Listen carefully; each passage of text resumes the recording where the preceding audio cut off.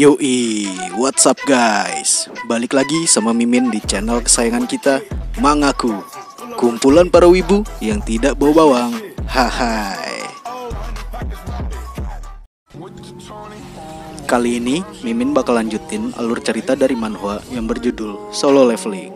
Buat yang belum nonton part sebelumnya, bisa nonton dulu part sebelumnya ya guys, biar makin asik nontonnya. Yoi, langsung aja kita masuk ke alur ceritanya.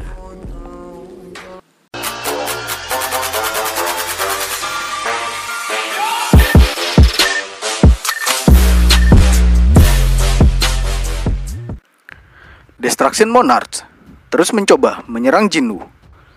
Tapi Jinwoo masih dapat menahan serangan-serangan itu. Justru Jinwoo yang berhasil menyerang Destruction Monarch sampai membuat dia tersungkur. Tapi Destruction Monarch bangkit dan langsung menggigit tubuh Jinwoo dan menghempaskan tubuh Jinwoo sampai dia tersungkur ke tanah.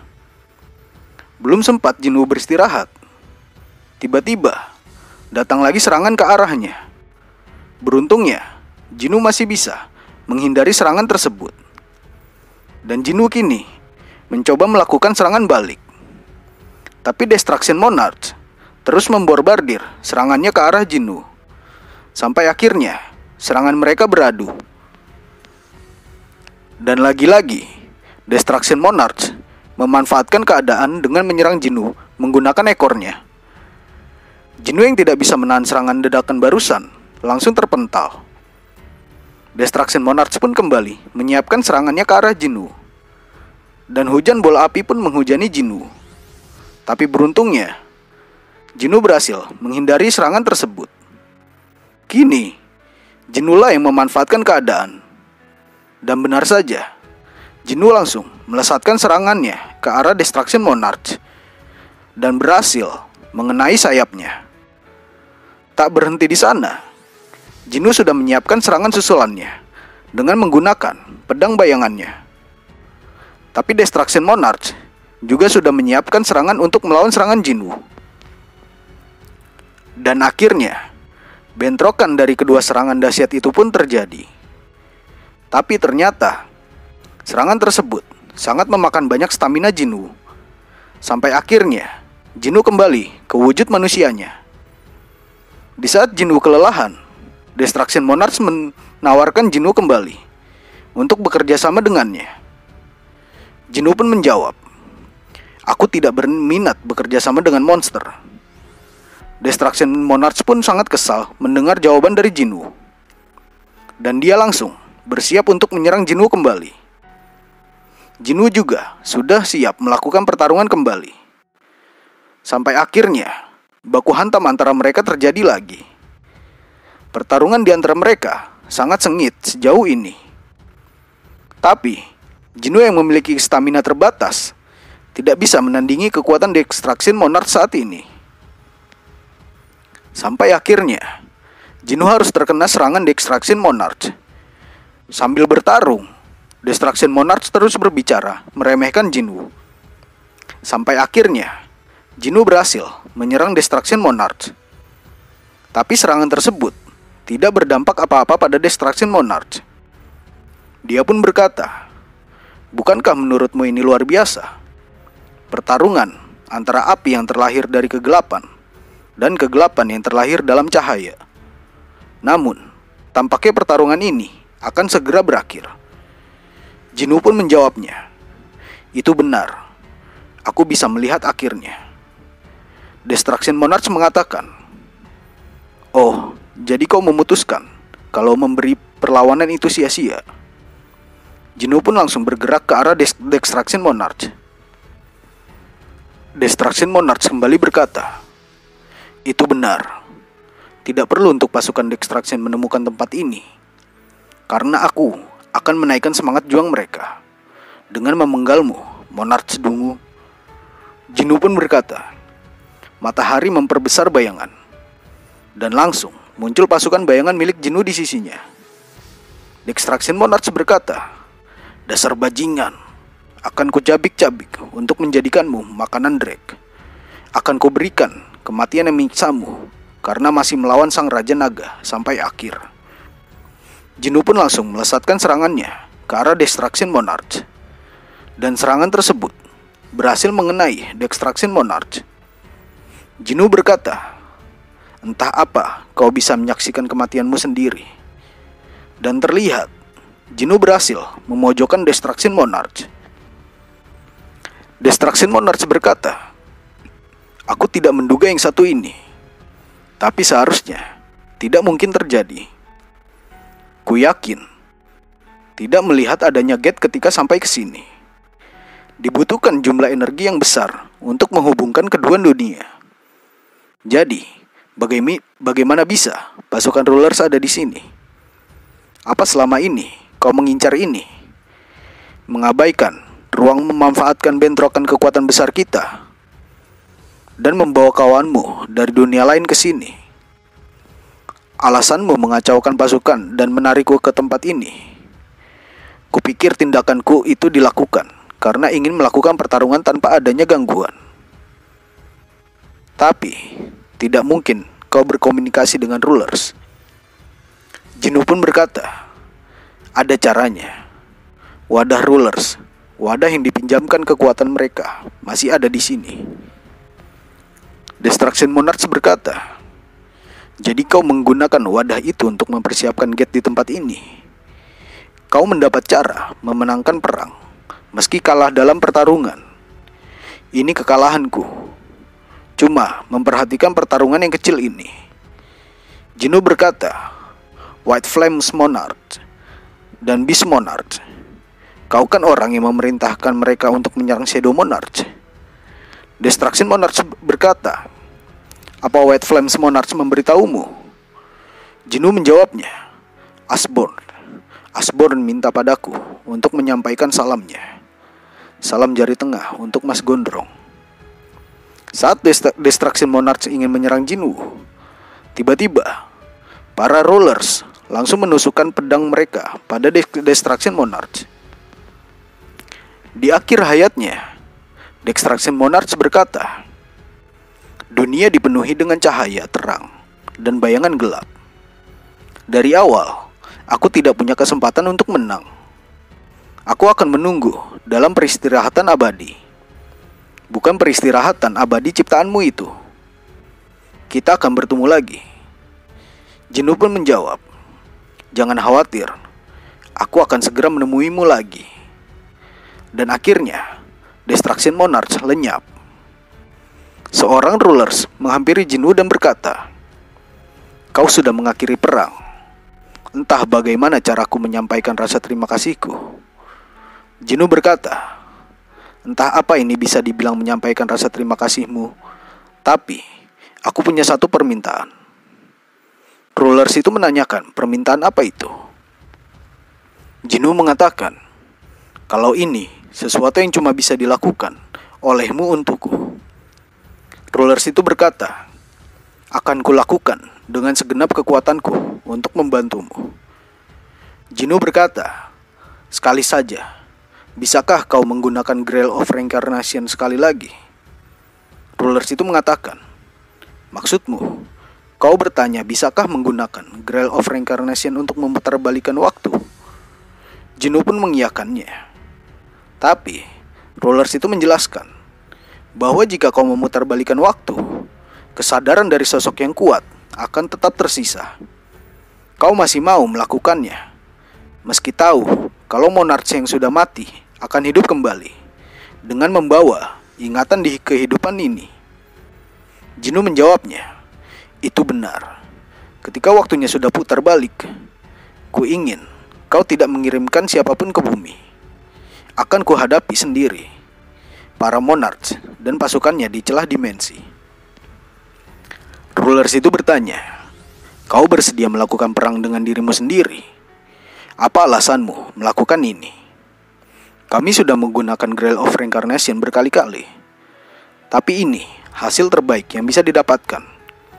Jinwoo berkata, "Aku kehilangan terlalu banyak orang di dalam perang ini, dan ku ingin membawa mereka kembali." Rulers itu berkata, "Durability Grail of Reincarnation sudah hampir mencapai batasnya. Kalau gagal, maka kau takkan bisa memutarbalikkan waktu lagi. Kalau kau berhenti sampai di sini, dirimu akan dikenang sebagai pahlawan yang menghentikan invasi monarch dan akan diingat selamanya oleh orang-orang. Namun, takkan ada yang mengingat pertarunganmu sampai sekarang. Fragment akan menunggumu kalau sampai kalah. Bahkan jika kau menang, takkan ada yang memberimu selamat, dan kau masih ingin memutarbalikkan waktu. Jinwoo pun terdiam, memikirkan segalanya. Sampai akhirnya, Jinwoo memutuskan untuk memutarbalikkan waktu. Rulers itu berkata, "Jadi kau tidak ingin menyelamatkan sebagian, melainkan seluruh dunia dengan tanganmu sendiri. Kehendakmu dalam menanggung semuanya seorang diri, mengingatkanku pada Asborn, pendahulumu. Aku mengerti, kudoakan yang terbaik." Sebelum itu, Jinwoo bertanya, apa yang terjadi pada prajurit bayangan yang tidak ada di masa lalu? Rulers itu mengatakan, makhluk yang bertabrakan dengan masa lalu akan hilang, dan yang tidak bertabrakan akan tetap ada. Jinwoo pun tersenyum dan berkata, aku mengerti, sekarang aku siap. Rulers itu pun langsung menyiapkan Grail of Reincarnation dan berkata, semoga keberanianmu menyelamatkan duniamu. Dan mereka pun mulai menggunakan artefak tersebut. Muncullah cahaya yang sangat terang menyinari dunia, dan seluruh manusia menyaksikan cahaya terang itu. Lalu kita kembali pada keluarga Jinwoo.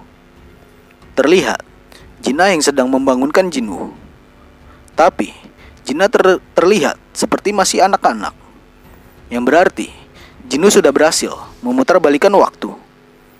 Dan Jinwoo pun terlihat seperti anak remaja. Kemudian Jinwoo pun keluar dari kamarnya, yang ternyata masih ada ayahnya di rumahnya. Jinwoo merasa sangat bahagia karena tidak kehilangan siapapun dalam hidupnya. Jinwoo pun berjanji pada dirinya sendiri akan memperbaiki masa depan dengan tangannya sendiri. Namun Jinwoo saat ini masih ingin menikmati masa-masanya sekarang. Meski dia tahu di atas langit ada monarch yang sedang menyiapkan sebuah gate untuk menyerang umat manusia. Lalu tiba-tiba ibunya Jinwoo menemukan sebuah surat yang berisikan, aku akan kembali setelah menyelesaikan apa yang harus kulakukan. Lalu panel berpindah pada pasukan bayangan Jinwoo yang sedang membantai para monster. Dan ternyata Jinwoo sedang bertarung dengan salah satu monarch, yaitu Monarch Transfiguration. Terlihat kondisi fisik Jinwoo sangat berubah, yang ternyata waktu dia di dalam retakan dimensi ini sudah 27 tahun lamanya. Di saat Jinwoo sedang merindukan keluarganya karena sudah 2 tahun tidak bertemu keluarganya. Jadi waktu di retakan dimensi ini sama di dunia nyata berbeda. Jinwoo udah 27 tahun di retakan dimensi, tapi di dunia nyata baru 2 tahun. Tiba-tiba Beru menghampiri Jinwoo dan melaporkan kalau musuh di area ini sudah dimusnahkan semua. Jinwoo pun berkata, baiklah, kita tidak akan kalah untuk kedua kalinya, karena musuh yang harus Jinwoo lawan selanjutnya adalah Destruction Monarch. Jinwoo pun berkata, arise. Panel berpindah pada sosok Destruction Monarch. Bawahannya melaporkan kalau Monarch Transfiguration baru saja dibunuh oleh Jinwoo dan menyarankan sang Raja Naga untuk pindah lokasi yang lebih jauh dari tempat ini. Destruction Monarch berkata, tidak, aku sudah lelah melarikan diri. Kita akan melawannya di sini. Shadow Monarch benar-benar menakjubkan. Aku tidak menyangka kau menggunakan Grail of Reincarnation untuk memutar kembali waktu. Membayangkannya, aku bisa bertemu denganmu lagi dalam keadaan hidup dan bernapas. Tapi sudah saatnya bagi salah satu dari kita untuk beristirahat dengan tenang selamanya. Aku Antares, siapa namamu? Jinwoo menjawab, aku Shadow Monarch kedua, Sung Jinwoo. Masih ada yang ingin kau tanyakan? The Extraction Monarch berkata. Tidak. Mereka pun langsung bersiap untuk saling menyerang. Baku hantam di antara mereka pun terjadi. Lalu panel berpindah. Di dunia nyata, setelah 2 tahun kepergian Jinwoo, tiba-tiba ada seorang peramal yang meramalkan kalau Dewa Kematian akan datang ke bumi bersama pasukan kematian yang jumlahnya tidak terhingga. Karena peramal ini tidak pernah salah saat meramal suatu hal, sampai akhirnya dia dapat penglihatan kalau Dewa Kematian akan datang ke bumi. Dan benar saja, keesokan harinya muncul gate yang sangat besar yang hampir menyelimuti langit Korea. Tentu seluruh warga tidak takut akan keanehan hal itu, karena mereka tidak tahu apa-apa tentang gate. Namun tiba-tiba gate tersebut terbuka, dan ternyata Jinwoo baru saja pulang ke Korea.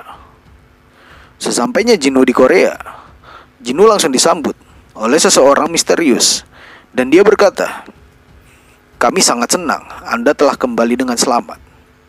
Selamat datang kembali, Sung Jinwoo. Atau mungkin saya harus memanggil Anda Shadow Monarch. Saya tidak menyangka kalau Anda akan datang dengan penampilan seperti anak SMP." Jinwoo pun menjawab, "Karena orang-orang mungkin akan takut padaku kalau aku datang dengan muka ditutupi oleh jenggot. Ketika ada setidaknya 1 orang yang menyambutku, rasanya tidak buruk juga." Pria tersebut berkata, "Sebenarnya kami ragu kalau Anda bisa pulang dengan selamat sambil memikul semua tanggung jawab besar itu sendirian. Tapi saat ini, saya bisa merasakan selangkah kaki yang Anda pijak itu setara dengan pijakan puluhan ribu tentara." Jinwoo pun berkata, "Aku yakin kalau kamu menemuiku tidak hanya untuk ngasih karangan bunga. Jadi, ada urusan apa Rulers denganku ini?" Ternyata, pria ini adalah sosok Rulers. Rulers itu berkata, "Ada pesan dari Rulers untuk Anda. Mungkin pembicaraan ini akan memakan waktu yang lama. Bagaimana kalau kita berpindah ke tempat lain?" Dan akhirnya, mereka pun pergi ke suatu tempat. Lalu Jinwoo menanyakan, "Ada urusan apa Rulers menemuinya?" Rulers itu berkata, "Sebenarnya kedatanganku ke sini karena salahnya sudah kamu selesaikan." Rulers merasa khawatir dengan kekuatanmu yang bisa merubah dunia sesuka hatimu. Seperti yang sudah kau tahu, kekuatan yang kamu miliki itu bukanlah sesuatu yang dunia ini siap miliki. Dunia ini bahkan tidak memiliki mana. Jadi, dunia ini sangatlah lemah. Jadi itu alasannya. Kalau kamu berkenan, kami berharap kamu mau pindah ke dunia lain yang siap menerima kekuatanmu itu." Jinwoo pun berkata, "Daripada melakukan sesuatu yang merepotkan seperti itu, bukannya ada pilihan lain, seperti menyegelku?" Rulers itu berkata, "Tentu saja itu bisa dilakukan." Tapi tiba-tiba, Jinwoo mengeluarkan aura yang sangat kuatnya dan berkata, "Apakah sekarang kalian ingin melenyapkanku karena aku sudah tidak berguna lagi? Hanya karena kalian takut dengan kekuatan yang aku miliki?" Rulers itu berkata, "Tidak, aku tidak bermaksud seperti itu. Tolong bacalah ini terlebih dahulu." Rulers itu menunjukkan berita yang berisikan ramalan Nyonya Selner soal Dewa Kematian yang akan datang ke bumi. Rulers itu mengatakan kalau sebelum kepergian Jinwoo, Nyonya Selner bukanlah peramal yang handal. Namun setelah kepergian Jinwoo, tiba-tiba Nyonya Selner menjadi peramal yang tidak pernah salah saat meramal. Jinwoo pun berkata, "Jadi maksudmu, keberadaanku telah membawa perubahan ke dunia ini?" Rulers itu mengiyakan pertanyaan Jinwoo. Jinwoo yang sudah sangat lelah dengan masalah-masalah hidupnya berkata, "Bisakah kita membicarakan ini lain kali?" Rulers itu pun meninggalkan Jinwoo. Lalu, Jinwoo jadi berpikir, kalau tujuannya untuk mengalahkan Monarch dan menyelamatkan dunia ini sudah selesai. Tapi kekuatan sebesar itu, tanpa adanya monster, maka Jinwoo merasa dirinya sudah tidak berguna lagi. Tapi di saat Jinwoo sedang berpikir, tiba-tiba muncul sosok Ciwi yang mirip dengan Cha-Hae-in. Dan Jinwoo langsung mengejar Ciwi itu. Dan panel memperlihatkan semua kehidupan teman-teman lamanya Jinwoo yang sudah bisa hidup dengan normal, tanpa mengingat semua kejadian yang telah Jinwoo lakukan. Tapi Jinwoo kembali berpikir, apakah tidak apa-apa jika dirinya tinggal di dunia ini? Tapi kalau ada alasan untuk bisa tinggal di dunia ini, mungkin karena masih ada orang yang aku cintai di dunia ini. Dan mereka pun adalah seseorang yang mencintaiku juga. Oleh karena itu, alasan seperti itulah yang cukup untuk membuatku bisa hidup di dunia ini. Aku akan tinggal di sini dan mencari alasan lain kenapa aku harus tinggal di dunia ini. Dan itu adalah keputusanku. Akhirnya, Jinwoo bertemu dengan Cha-Hae-in kembali.